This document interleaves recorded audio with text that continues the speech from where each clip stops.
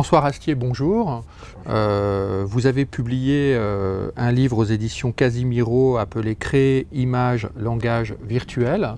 Vous pouvez nous expliquer déjà pourquoi vous quittez, ou vous semblez quitter du moins l'univers de la linguistique pour aller vers quelque chose de plus ouvert, vers l'œuvre en général, les œuvres d'art en général. Quel est le sujet véritablement de l'ouvrage? Alors, au départ, j'avais réfléchi à la question de la littérature générée par ordinateur. Mais comme je travaille sur les textes, je me suis toujours intéressé à la littérature. J'ai fait aussi des analyses de textes littéraires. Il y a d'ailleurs un ouvrage à paraître là-dessus au classique Garnier. La question qui se posait à moi, c'était en gros, est-ce que les machines peuvent créer?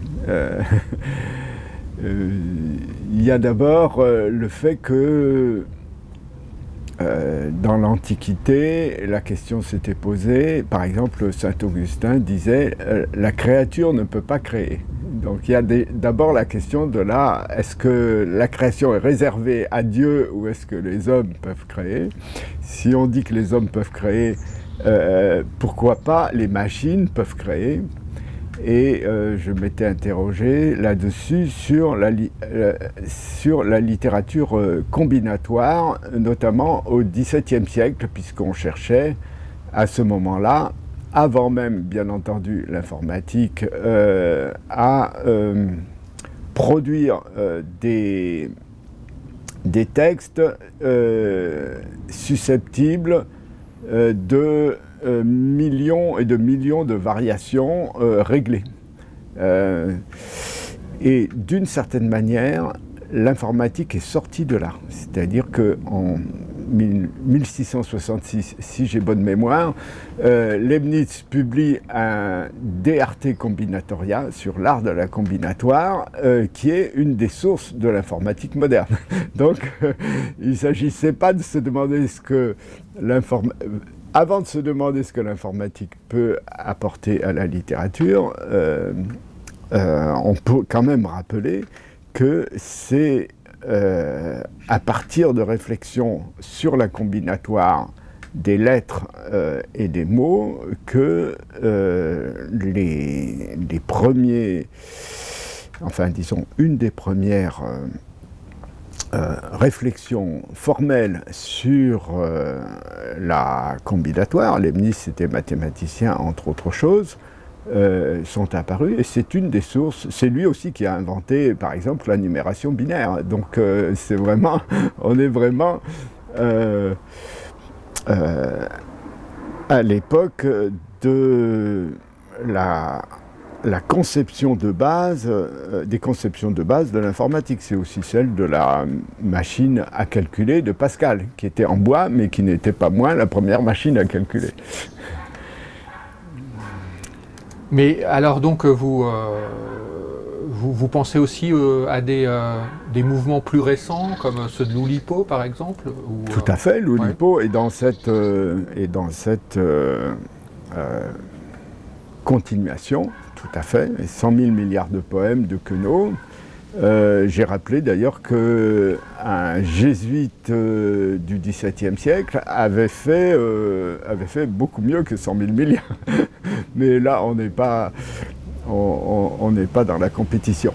Mais alors, l'enjeu, c'est quoi? C'est de dire que ces travaux qui mêlent combinatoire, informatique pour les plus récents, ne réussissent pas à obtenir un statut d'œuvre d'art ou Disons qu'il y a des expériences qui sont tout à fait intéressantes, tout à fait légitimes et en même temps tout à fait problématiques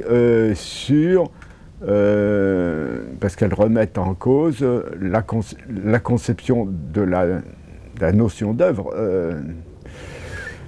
Et puis les catégories esthétiques habituelles, aussi bien en critique littéraire qu'en critique artistique en général. Par exemple, on peut se demander ce que deviennent les théories de l'imitation au sens de représentation par rapport à des théories de la variation. La question de l'œuvre originale, dans 100 000 milliards de poèmes, quel est l'original? D'ailleurs, Gallimard a gagné un procès parce que quelqu'un avait publié une des versions des 100 000 milliards de poèmes, qui, je le rappelle, est un sonnet dont on peut modifier l'ordre des vers. C'est la suite. Hein. Par exemple, il y avait un jésuite au début du XVIIe siècle qui avait créé un vers protéin, c'est-à-dire un vers qui permettait un certain nombre de permutations de lettres. Et c'était un vers d'éloge à la Vierge, et il y avait 1052 permutations possibles qui correspondaient au nombre de vertus de la Vierge. Voilà, par exemple. Bon, bref, alors la question de l'œuvre originale se pose. Quelle est l'œuvre de référence? Est-ce que la copie, et ça c'est une question qui va apparaître très vite avec la multiplication des reproductions techniques des œuvres, est-ce que la photo d'un tableau est encore un tableau? Voilà, c'est les questions d'identité de l'œuvre qui se posent.